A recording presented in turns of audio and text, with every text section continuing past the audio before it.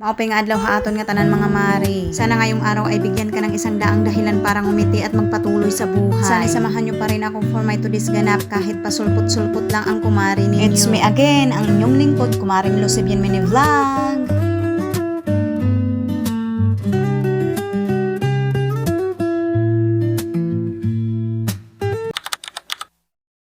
Nandito na ulit ang kumari ninyo na palaging absent. Puro nga kung sa klase ay bagsak na ang kumari ninyo sa mga subject. Hoy, wag naman, masipag naman yan siya. Tinitimbang-timbang lang naman niya ang mga bagay-bagay kaya palagi yan siya absent. Dahil hindi niya alam kung ano ang uunahin pagdating dito sa bahay. Mag-i-edit ba or maglilinis muna or magbabantay ng tindahan. Mahihilo ka na lang talaga. Kung uunahin ang pag-i-edit magsimula ng umaga matatapos hapon na. Reklamo yarn, hindi naman. Nagpapaliwanag lang naman. Dahil ang tendency hindi makapaglinis ng bahay at hindi rin makapagbantay ng tindahan at hindi rin na makatulog si mama ng tanghali. Kaya ganun na overwhelm talaga yan siya. Ang ending hindi na lang yan siya mag-i-edit kaya natatagalan mag-upload ang kumari ninyo. Ayoko rin naman mag-edit ng gabi dahil ayoko sa pakiramdam na kinabukasan kulang ako sa tulog. Dahil nga wala yan siya gana magkikilos-kilos. Gusto ko kasi araw-araw productive at may energy ang kumari ninyo. Para nagagawa ko ang mga dapat gawin dito sa bahay. Sa mga mari gumagawa nga kami ng turon pang merienda namin. Tinatulong ko na nga ang anak ko dyan mag-wrap kaysa naman nandoon siya sa labas naglalaro na sobrang init. Mas maganda na nga ito na nandito siya sa loob ng bahay, tinutulungan niya ako at banding na nga rin namin ito. Siguro nga habang nagla-wrapping kami ng anak ko, iniisip nyo na para bang may kulang at tama naman kayo dyan. Dahil hindi nga namin nalagyan ng asukal ang saging sa babago ito i-wrap. Huli na nga ang lahat ng nalaman ko ito. Dahil wala naman na magagawa kaya pinagpatuloy na lang ang pagpiprito. Isipan ko na lang nalagyan ito ng asukal pagkatapos ko itong prituhing lahat. Pasintabi na lang kung maririnig nyo ang anak kong kumakanta. Hilig kumanta pero ang kanta hindi naman hilig sa kanya.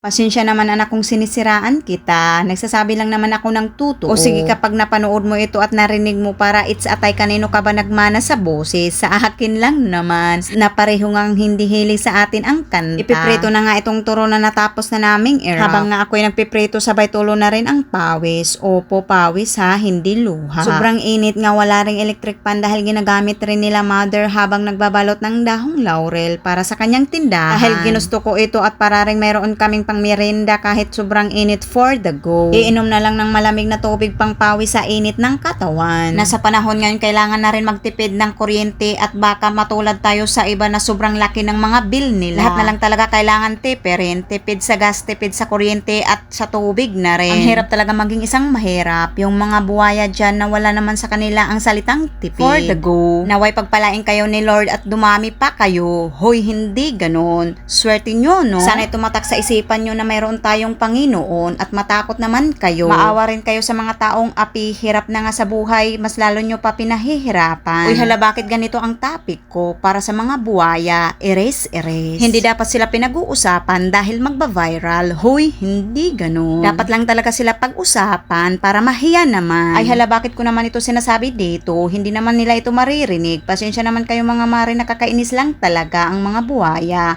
At kawawa naman tayo. O siya mga mare, para mawala ang inis ng kumari ninyo dahil mayroon nga akong tinimpla na Diyos, halika uminom tayo para maging kalmado na ang lahat.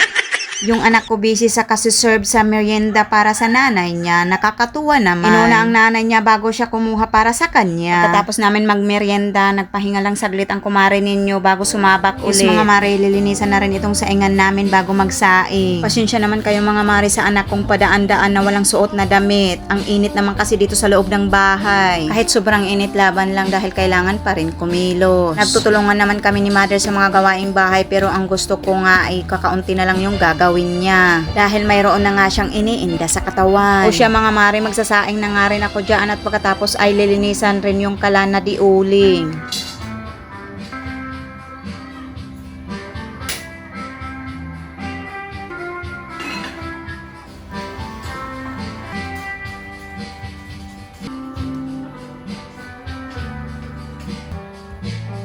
Inutusan ko na nga rin dyan ang anak ko na itapon niya yung abo galing sa kalan.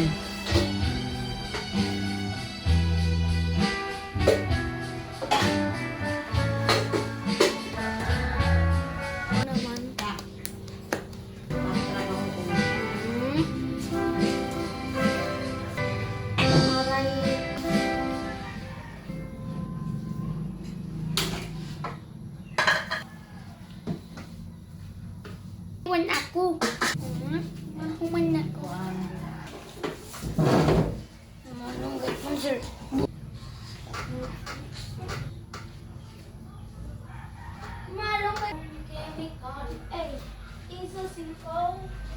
Nami.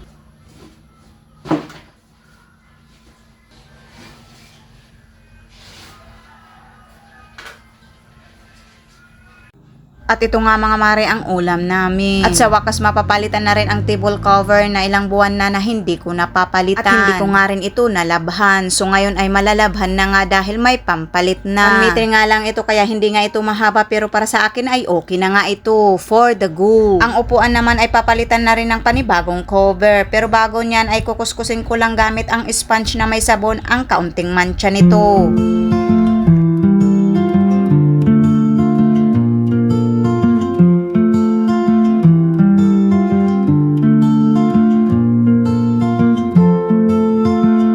That's all for my ganap today. God bless sa iyong tanan. Hinay kita perming. Anda mo nga salamat.